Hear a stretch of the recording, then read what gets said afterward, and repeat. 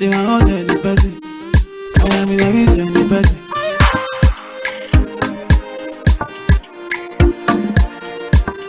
Issue boy, big D.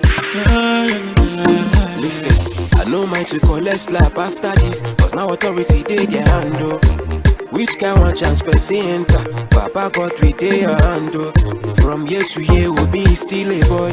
People they die just because of hunger. If person try to speak up, them go say bring them, hang them, killer. I pray for a better nation. Wasting we need na men of vision. No be these ones where they cause confusion. They just they scam our nation. I pray for a better nation. Waiting we need na men of vision. Every day go be celebration. We deserve the best. Make them treat us well. Oh, yeah. They go do like they no see say food you no deal. Food you no deal. They go do like they no see say road you no good oh. They go do like they no see say people they suffer. This in our hour. And I pray one day make it better pass like this. Say make it better pass like this oh. Say make it better pass like this oh. And I pray one day make it better pass like this. Say make it better pass like this oh. Say make it better pass like this oh. Good morning, good afternoon, good evening. It's your host Kingsley here, and guess who we got back in the studio with us today, man? The other host, Mo. But nah, my man Kingsley, he been the host. He been holding it down. You know, while I was back home, back in the motherland. You know, I had to take in all. You actually came back blacker, bro. Right, that was the plan. You gonna come back blacker, and you really came back blacker. That was the plan. What you thought I was playing? I've been back home many times. I know what I come back like. I see you on your show, bro. My man got jokes. You got. It's all good. We gonna, cause they love this black. You know what I'm saying? The black is very sweet as juice. But we gonna leave that for another day. What's going on, man? It was a wonderful trip, man. It's every time I go back, it's some of the most beautiful experiences that I come across. It's nothing like what you can really fathom in your imagination. You know what I'm saying? Like when I go back, it's like I'm in a dream. You know what I'm saying? It's lovely. I love it. You know what I'm saying? Cause it's home. It's beautiful. It's just there's something about it that just relaxes you. You feel what I'm saying? Like I feel like when I'm here, like not to say anything about the U.S. I love the U.S. I was born here. I was raised here, and it's been great to me. Mm-hmm. But when I go back to Kenya, it's like a whole different story. You feel what I'm saying? It's a whole different feeling. It's just I feel relaxed. I ain't got to worry about school bills, this, that. It's a vacation. Yeah. Okay. It's like a vacation. And even when I stay there for an extended period of time, which I've done multiple times. I never, when I started working and doing other things, I never felt as stressed out as I do over here. I feel like, you know, we do a lot of, over here it's a lot of. I mean, yeah, of course, you know, that's how it works over here, I guess, you know, like with bills, with, you know, things. It's just, I guess it's just real life. What you had, that was a vacation. Now, mind you, those people they were still living their regular real life, even while you were on vacation. So to them, even though you were there chilling, they might have still had to go to work, things like that. That's very true. But let's get into the topic for today. Today we're talking about xenophobia. This is dedicated to all the victims of xenophobia, be it wherever, here at home, abroad in America, in Africa, especially South Africa, with what's going on with Nigerians there. Everywhere in the world, pretty much, man. If you're dealing with xenophobia, this episode is for you. This is dedicated to you. And well, Mo, I want us to start with, what's your definition of xenophobia? What do you define it as? Well, and I'm gonna be totally honest with you and everybody else out there. The first time I saw it, I was like, what is this? It's a new word to me. You know what I'm saying? But then I did my research and I saw that xenophobia is the dislike of something foreign. It does not matter what it is. If it's foreign to you, you just dislike it. You don't get to figure out what it is or learn anything about it. You just, if it's not your culture, if it's not what you do, if it's not, you know, what you look like, it's just a foreign to you. You just don't like it. Okay. Which obviously, just off of that definition alone I think it's pretty ridiculous in my opinion. But some people see the other side.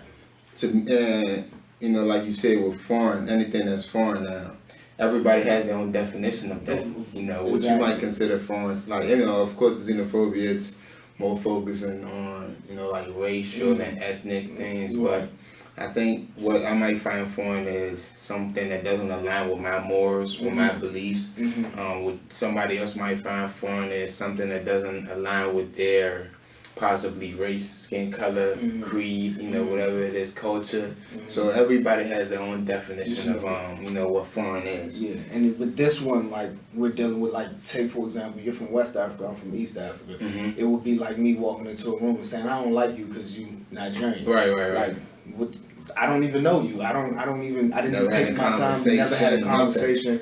And how can I literally walk into a room and say, oh, I just don't like that person, or I don't like this thing, because I don't really know anything about it. So you can't. That's just like, you can't just jump into a conclusion like that. It doesn't make sense. Got you. And I want you to kind of, if you might, because, you know, I'm a strong believer of cause and effects. Everything that happens, there's a cause of it, and then it has its effects, you know, on what we got going on.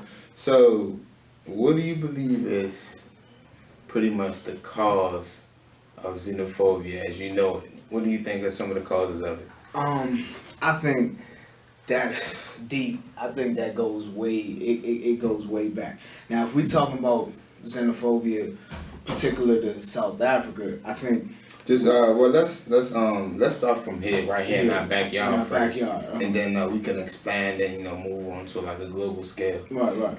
So I would say just the fear to learn other things, other people, other cultures, what other people like, and I would say pretty much fear, because we're so, if you look, we're, especially like the U.S., we're very competitive. And pretty much the whole world is pretty much very divided. Everybody is in this clique or in this tribe or in this and this and this. And I think that is the ultimate, you know, factor, because everybody wants to be different, or everybody wants to distance themselves. So when you start doing that, you start to, you know, distance yourself from learning other things. And then when you only know one thing, when somebody presents something to you new, don't get it wrong. I don't want to generalize. There are open-minded people out here that are like, oh, that's something new. And like my brother, for example, anything new, he wants to find out. Curious about it. I want to learn about it. I want to understand it. Exactly. But then when you have people that in certain societies that have been very brainwashed to think that this is what it is and this is the only way it can be, when we all know that's not true, it makes it very hard for you to see something else and be like, hey, I want to learn about that. Hey, I would like to learn about that. I don't necessarily understand it, but let me see what it's about. You know, most people just be like, oh, what's that? I don't need none of that. I don't want to know nothing about that. You know what I'm saying? I was brought up in a household. It don't matter what your sexuality is. It don't matter what your race is. It don't matter culture, anything. You gotta learn somebody before you decide whether you dislike them or like them. Yeah, exactly. And I think also one of the most important things is just a lot of times, just as human beings, we have this automatic in-group favoritism that we have just out of the gate. You know, out the gate, it's something that's almost embedded in us. It's like, okay, this person might look like me. They act like me. They have the same culture. They come from the same place as me. So most likely, I'm gonna have favoritism towards them, and I have this idea of maybe we are superior to the out group. Exactly. This in group, anyone that belongs to it, I feel like, oh yeah, we're superior to the out group. I'm not saying me personally, but I feel like for the most part, a lot of people, that's what they grew up on. But you know, as you get older and educate yourself, then you learn a bit more. But like you said, with like the brainwashing, I think that's another important part of what happens. So for me, I call it fear mongering. So with fear mongering, it's like you're promoting the proper. You're pretty much saying, hey, you're promoting fear into the people. And because before we even get into that, usually it's two things that control the way we think, right? It's the media usually, and then it's religion. that's two of the major things that influence how we think, how we act, how we are. In today's society, I would say probably 80%. 80%, exactly, of how we exactly. think is, Exactly. is influenced by Media media and religion. And religion. Yeah. So it's like let's start with the media. So if the media is promote, for example, like I said, we still speaking about here in America.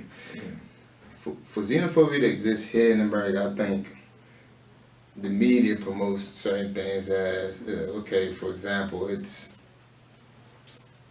a surge of crime in the United States, right? When they promote that, automatically a lot of people start pointing fingers. You're not, because of in-group favoritism, you're gonna say, no, it's not us, it must be them that's committing all these crimes, right? But in actuality, what's going on is we have failed systems here in America, I use Baltimore for example, right? In Baltimore, they have a very, very, very, very bad education system. There's drugs everywhere, and there's unemployment is skyrocketing. It's not that many businesses that's even willing to invest into Baltimore. So when you have things like that, of course it's gonna lead to crime. That's not a case of those people over there committing crimes because they look like that or are in this group. They're in a certain environment, because even if you go to any environment like that, whether white, black, Asian, Indian, it's going to be the same thing. Exactly. When you put people in a situation in a where failed system, failed system, there's only so much that you can do before you turn to violence and crime and other ways to make money for yourself. Because at the end of the day, most of the time, those people not thinking about myself. They thinking about themselves plus 4 more people at home. Exactly. You know what I'm saying? So it's like, oh, my mother can't work, my brother can't work, this didn't happen, so now I gotta go provide for my family. You know what I'm saying? Right. So, and now the next thing you know, you fall into a system where 9 times out of 10 people that that are in those environments, they don't even last past a certain age. They don't. And also it's like things like I say, for example, also with like unemployment, right? With unemployment right now, a lot of old jobs that we had, I think we spoke about this on the last episode, a lot of jobs that were probably industrial jobs, things like that, they being outsourced, they being shipped out, things like, to other places, and they just being phased out. So when that's happening, there's not too many jobs, and those type of jobs that are available, they might be given to like immigrants and things. And when that's given to immigrants, then someone might say, oh no, they're taking all the jobs away. But these are just menial jobs that require very, very little skills to do. Like more labor. Exactly, less exactly. But also you have to look at it from the point of view that, sometimes complaining about jobs going to immigrants or jobs going to China, but these same jobs, are we gonna do them? Exactly. Well, are we willing to do it? Exactly. Are we willing to? How many times do you see? You walk into a McDonald's or somebody, and the person that you seeing mopping up the floor is from this country. 9 times out of 10. And I'm not saying that to it's any disrespect. It's facts. It's the truth. That's what you see. It's what you see. You know what I'm saying? The pay is cheaper, so if they could pay someone cheaper, a lot less money to do this job, why pay someone that feel like it's overqualified? Well, not even about the pay is cheaper. It's about the fact that we feel like we too good for these jobs. Because don't forget, there's minimum wage. There's minimum wage. So when you go to each state has their minimum wage. This isn't like China where you can work for cents on the hour. You know what I'm saying? We have minimum wage, but we feel like we too good to do certain things. So at the end of the day, like, they're not about to go back and forth with you about when they need this part cleaned or they need somebody, a cook, or they're not about to go back and forth with you about whether you need to do the job or not. Gonna come in and do it and be happy to do it, or not, at least not mind doing it, do what they supposed to do, and come back the next day. And then when these things are happening, like I said, it comes back to like the media just mongering, fear mongering, and saying, hey, this is what's going on, and a lot of people not even doing their research to actually understand what's going on. Yeah. Like you said, the fear of learning something new. They're just leaving it at that, and then not looking to research or nothing. They just go with it, and then now you got hate breathing inside people and things like that. One thing my brother told me is you do your own research. Exactly. You know what I'm saying? Do your own research, because if we just strictly go off of what the media tells us and what religion tells us, you would have a pretty muddy picture of what's actually going on. You know what I'm saying? You need to go do your own research, whether it be picking up a book at the library, whether it be scrolling through articles on Google, whatever. We need to do our own research, because your own research can help you. It will help you go a long way, because if, let's say, all you do is watch Fox, you're going to have a very, even if all you do is watch MSNBC, if all you do is watch BBC, everybody has alter the way you think and your perspective. Exactly. Things, If anything, like, watch, you're going to watch CNN a little bit, Fox a little bit, MSNBC, you're going to pick up your own book, read, you're going to go on the internet, read your articles, do everything, do a little bit. Then make your own perspective. Exactly. If you still don't like it, and you can tell me everything about it, and you can say, hey, the fact that they do this and they do this and I don't like that, and this why I don't, but you can't just come up to me and tell me I don't like this person. I asked you why. I never found out why. It just doesn't make sense. And it kind of goes into, like, I see you mention religion. With that, what happens a lot of times is, because people just believe in the religion is their higher power, so they just feel automatically whatever happening, it says, that's what's correct. Exactly. I don't care if it's saying, oh, this group of people are evil, this group of people are not right. People are ready to just go to war behind it. Like, oh, my religion says this is what's going on. We also have to understand that victors write history. So the history in the Bible was written by victors, so they write it the way that they perceive it and the way they want people to remember it. Moving forward. Exactly. So we also have to remember that. So that is not, so you gotta, that's why you got the Old Testament, the New Testament when it comes to the Bible. I'm pretty sure they have different versions of the Quran. I apologize if I made any mistakes because I'm not Muslim, but I'm pretty sure they have different versions of everything. You know what I'm saying? So you can take your different looks, you can study different things, so you can come up with your own. After you put everything together, come up with your own, your own opinion. You know what I'm saying? And not necessarily just jump to a conclusion because you don't know what it is. You know what I'm saying? Because regardless of whether you go and you kill somebody, or regardless of whether you just sit there and say, I don't like it because I don't like it, it's still xenophobia. Right, of course. And I think another thing that we also deal with here in America is whether it happens consciously or unconsciously is something called intentional communities. We have a lot of those here. So it's, of course, the rich is going to live with the rich, the poor is going to live with the poor, but we have these communities where, within this neighborhood, we have people of probably certain culture. You move over here, you have people of certain culture. We usually are more comfortable around people that look just like us, from our culture, things like that. I give you an example right here in PG County. For example, like in Cheverly, it's a huge African community there, you know what I mean? It's the population there probably mostly Africans. Right. Then you go right down the street to, say, Langley Park. It's a huge Hispanic community, pretty much. You go up the street to Greenbelt. It's a huge Middle Eastern community. So we have a lot of things called, like, these intentional communities where we, even, in the big cities, it's a little better. But as you move out to the rural parts, that's when it really gets bad. And I feel like it's kind of embedded into our brains because we've been doing it for so long, because, a lot of people, I feel like we don't understand the concept of, if we wanna, to grow together, we gotta get to know each other. Of course. We gotta be around each other more. So for me to just stay around, if I just stayed around black people all the time, I ain't gonna learn nothing. You know what I'm saying? I know black people. I know my culture. I know Black American culture and I know African culture. You know what I'm saying? So I know my culture, but if I stayed around that my whole life, I'm not gonna learn somebody else. So somebody else's culture. So when I go around that culture, then it's like I don't know what's going on. I might automatically be like, man, I don't like this because I'm not familiar with it. I never took my time out to get a little. And I'm not saying that you got to become an expert at it, but at least learn it. You know what I'm saying? At least understand it. So when you see them doing something that you would have been like, wow, why It's they not doing regular it? to you or norm to you. Exactly. You be like, okay, I know they do this for this reason and this reason. You know what I'm saying? Hey, this, I might not do it, but that's what they do, and I respect it. You know what I'm saying? And so now expanding a bit to like a more global thing. Let's talk about, say, South Africa, right? For them, I think the reason they have things like xenophobia is, for one,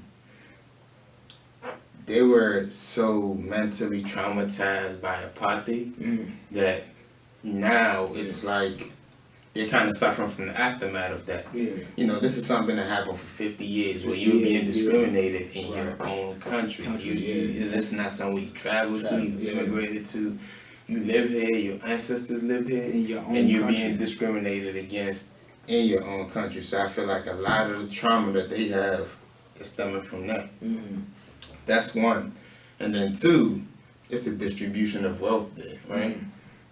In South Africa, they said that 1% of the population, literally 1% of the population controls 70% of the wealth there. Now, of course, that's something you see all around the world almost, but you know, them, for it to be 1% is controlling 70% of the wealth, but then 60% only control 7% of the wealth. This is the bottom 60%. They control only 7% of the wealth. So when you have things like that, it starts to bruise certain things in you. It's like, okay, why am I not able to succeed in my own country? You know what I mean? Why, like, what's going on? Why is it's kind of like we after 50 years we just got our country back. Now you people are coming in, and obviously that's a horrible way to look at it, but to an extent you can probably understand where they're coming from. And I'm not saying that anybody should react that way, but to an extent it's like, yo, for 50 years apartheid, like I was discriminated against in my own country. We are in the continent of Africa, and I was still discriminated. White people were still coming over here, and I was being discriminated against. Now I finally get my country back, and now you got all these other immigrants from other African countries coming in, and I don't like it. I want my country. I still want my country. You know, I haven't had my country for long enough. And that's another, that kind of goes into the one of the other things I was going to talk about, where it's in these countries. Matter of fact, in all African countries, right? We have a whole culture of traveling abroad. That's in every African country, right? Now, the reason for that, that's we have failed governments, but that's a whole nother topic. We get into that. That's deep. But we have a culture of traveling abroad to everywhere. Somebody once told me, they said, any country that you are in this world, and you don't see a Nigerian, that's a red flag that you gotta get out of this. So when I was, side note, when I went back home, my aunt was telling me they literally have a Nigerian community right there in Kenya, and they don't they don't mess with anybody else. I was like, hold up, this is my country. They got their whole little community. But bro, it's really like that. Like it's a culture within every African country. But then also we also have a business culture where you're traveling, but everywhere that you go, people want to start businesses. They want to grow, and if you see it everywhere in the world, you see Africans achieving, you know, trying to succeed. They start businesses, doing every time. All type of they trying to make it, you know what I mean? And nobody wants to come last. But you know, with that, I think what's happening in like South Africa is they're coming over there, and I think, like you said, with apartheid happening for so long, now they feel like all these new people are coming. Exactly. But then also, mind you, in the background of that, there was 20,000 homicides in South Africa in 2017, bro. Yeah, I saw that. So like the crime rate, crazy. It's ridiculous. Crazy. Unemployment at 27%. Crime is crazy. Bro, this is about 56 people dying a day. When I saw that stat, it was like, it was mind-boggling. 56 people being killed every day, bro. Like 20, just in one year. In 1 year. That's like war zone numbers. That's worse than a war zone. It is. That's worse than a war zone. Like that's the numbers of a war. Like you would hope 20,000 people won't die if we have a war. Like, That's crazy. That's 20,000 people in 1 year. That means they were just slaughtering people left and right. You know what I'm saying? Like, that's... So when you have that, it's like all these things are contributing to the idea of, you know what, like the unemployment, the crime is going on, there's no money circulating. People start, like, hate starts to brew in people, you know what I mean? And when the hate starts to brew, that's when you start to see the aftermath. That's when we have, like, the shootings here in America, you know what I mean? And then you have the shootings here. We have the shootings here in America because of the reasons, like we mentioned earlier, but then you have, like, the xenophobic attacks in South Africa because of, you know, like the crime, like I said, the unemployment and things like that. And then, like, with the mass shootings in America, man. That's a whole, you know, that's a whole different ball game. It's I'm sorry, not a whole different ball game. We still talking about, you know, people dying, but it's just it's ridiculous. You know, we get numb to the fact that, you know, people like are really dying at, like, when the fact that I'm turning on the TV and I see 21 people shot, 6 people were killed, and the rest were injured, and I'm saying that's another day in America. That's ridiculous. Crazy. That's the point we at right now. Right. When I wake up and I see that on TV and I'm like, we're in America.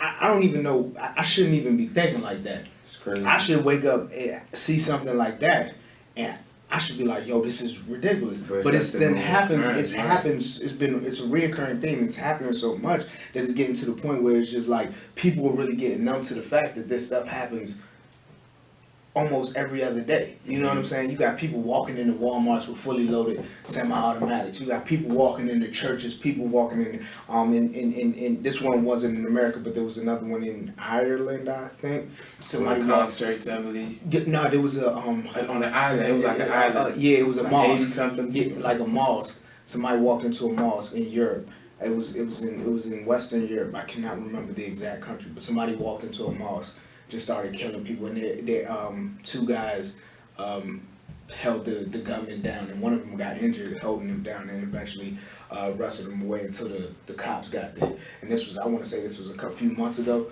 Wow. But and it's like the Ariana Grande concert.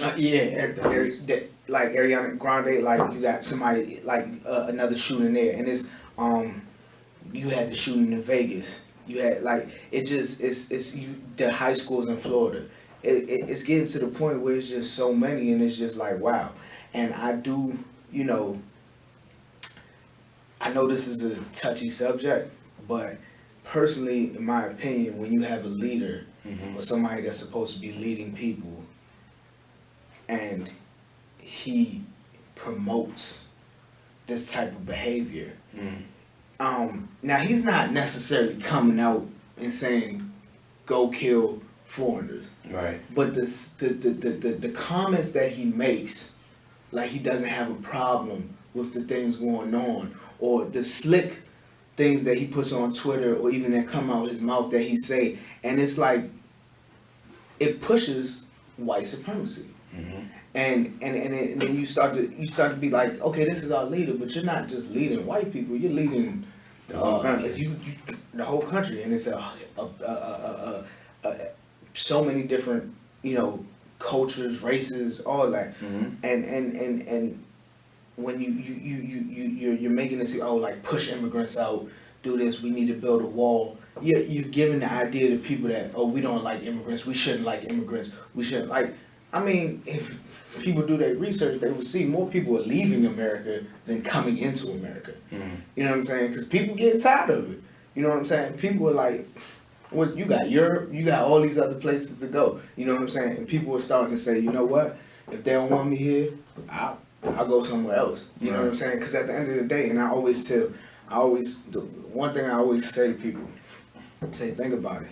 If America was to just, all the immigrants would just stop, just one day, not even a week, not even just one day, this economy would just stop. Right. It would break. But these are the same people that every day the president is saying we need to get out of here. I mean, let's look at if we just Matter of fact, we're gonna take a quick break Mhm. just to look at some of the stats. Right. Just to take a look at them. Like see exactly what we're talking about. Like this is actually what's going on now. Right. So yeah, let's take a break and do that.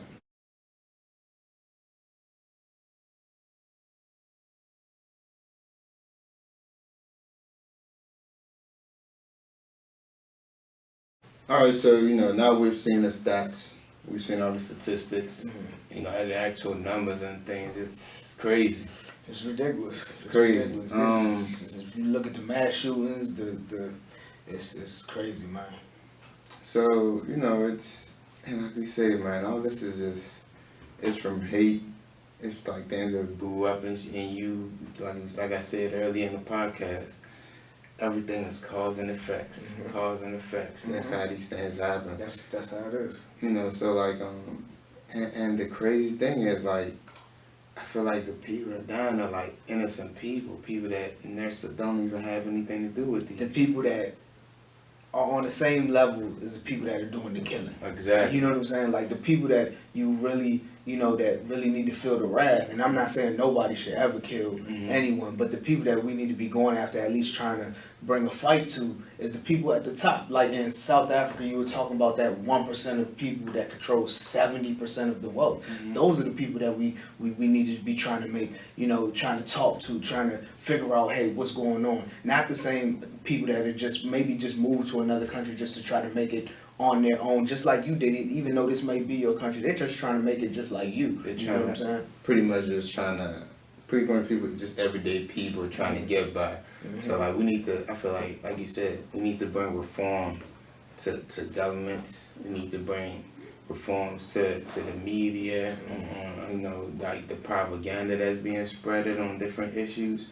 We need to bring reform to government's head to not bring as much, not spew out as much hate into the public as what's going on now. And the governments in Africa where, first of all, if the countries were set, if everything was good in our countries, no one would need to travel anyway. Everybody would just be back home doing their own business. Africa is the richest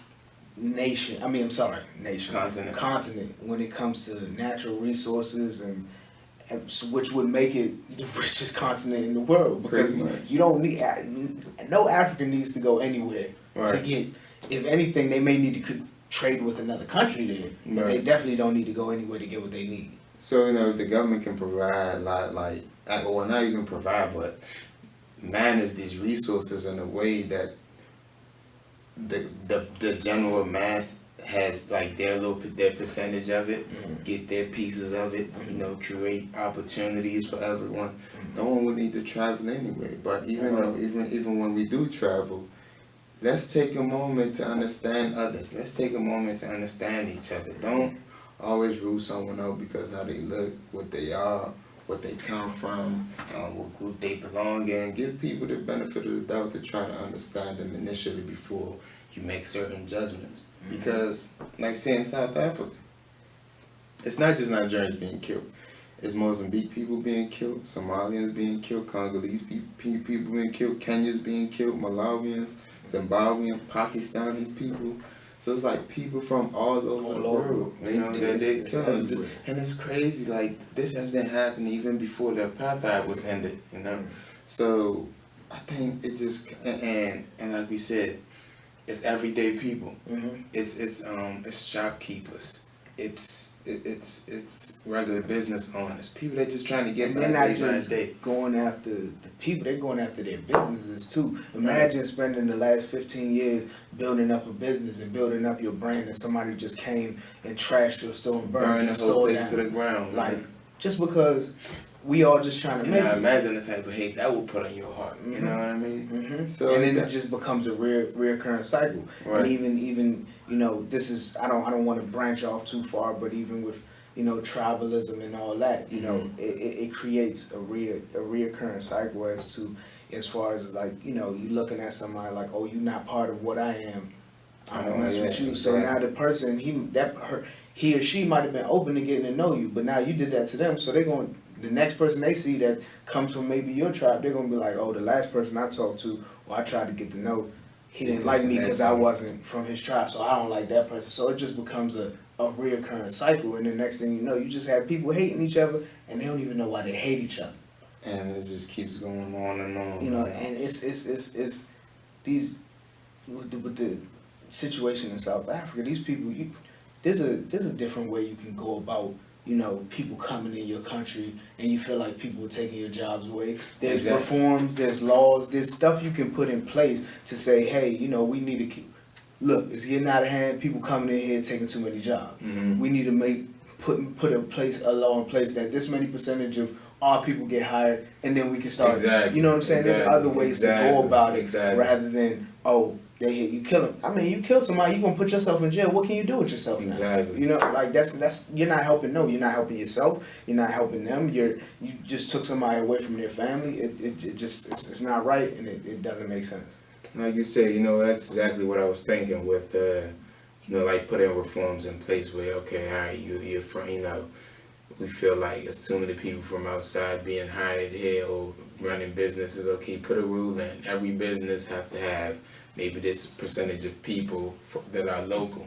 You know, just the same way we do here. Like, or maybe we should increase here where, all right, your business should be diverse.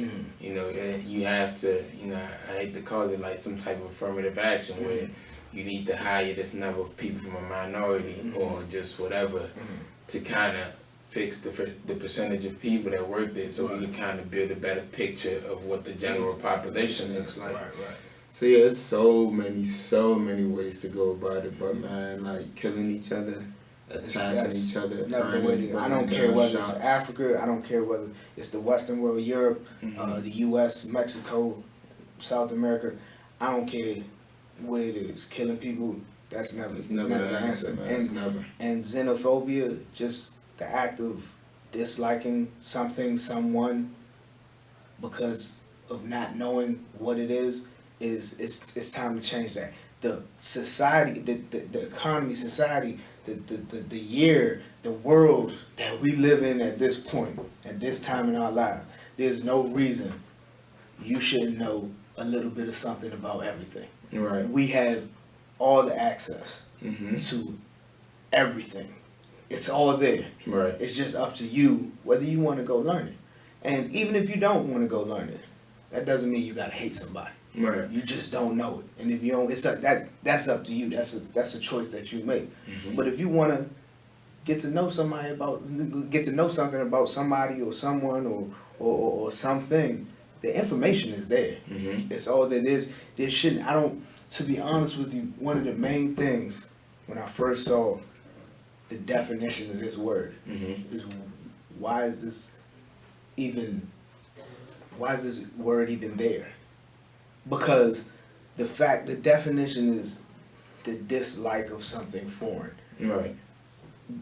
Besides somebody coming from another country, maybe, I don't really think there should be anything foreign to us. Because we have access to everything. Information is we have access to information. Even that person coming from another country, you can probably learn a whole lot about them before you ever see them in face to face. You know what I'm saying? So there's no reason we should be sitting here saying, I'm gonna kill somebody or I'm gonna do this or do this because I don't know about, or I've never seen this before, it's foreign to me.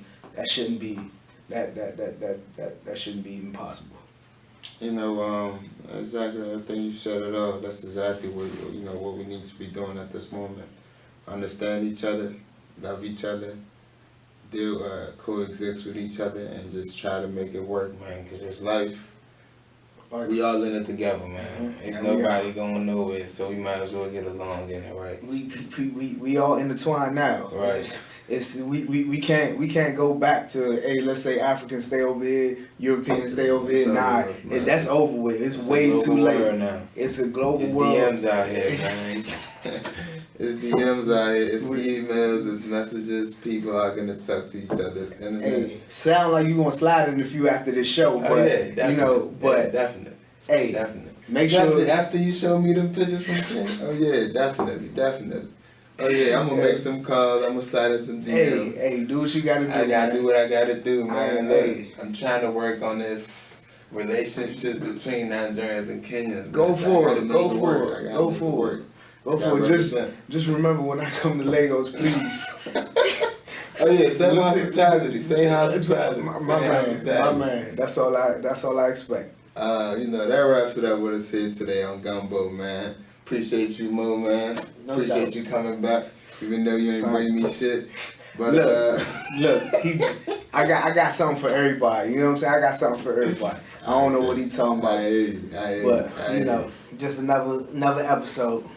Alright, man, that wraps it up for us here, man. See you guys next time right here on Gumbo.